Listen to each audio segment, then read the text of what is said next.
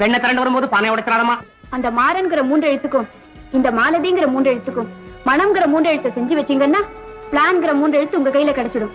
இல்லன்னா இல்லங்கிற 3 எழுத்து தான். ஆஹா அத பதில். செல்விங்கிறதும் 3 எழுத்து தான். ஏய் மாறன், 3 எழுத்து. கடமைங்கிற 3 எழுத்தை நிறைவேற்றலன்னா உன் நேர்மைங்கிற 3 எழுத்து கெட்டு போகும். காதல்ங்கிற 3 எழுத்தை நிறைவேறலன்னா பாவங்கிற 3 எழுத்து தானே சுமக்க வேண்டியதா வரும். இப்ப உன் நிலைமைங்கிற 3 எழுத்து மோசம்ங்கிற 3 எழுத்து தான். டேய் இவன் வேற என்னை ரொம்ப டார்ச்சர் பண்றான். உடலுங்கிற 3 இடத்துல இருந்து உயிருங்கிற 3 இடத்து போயிட்டான். பிறகு பிணங்கிற 3 இடத்து தான் மீண்டும். அதே போல காதல்ங்கிற 3 இடத்து, வெற்றிங்கிற 3 இடத்து அடையாம தோல்விங்கிற 3 இடத்தை தழுவி என் மகளுடைய வாழ்வுங்கிற 3 இடத்து, துயருங்கிற 3 இடத்தோட கலந்து கோபங்கிற 3 இடத்து அடைஞ்சு, அதனால கத்தி, கயிறு, கிணறு, கடல், விஷம் இந்த 3 இடத்து அவன் நாடி போயிட்டான். ஐயோ என் நிலைமை என்ன ஆகிறது?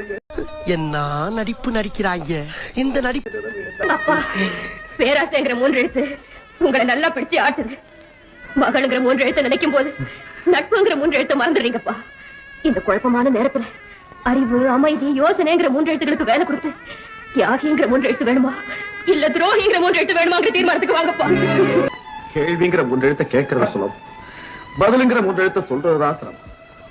சொல்லுங்கிற 3 எழுத்து, எல்லைங்கிற 3 எழுத்து அடையும் பொழுது மனங்கிற 3 எழுத்து, சோர்வுங்கிற 3 எழுத்தை தான் அடையும்.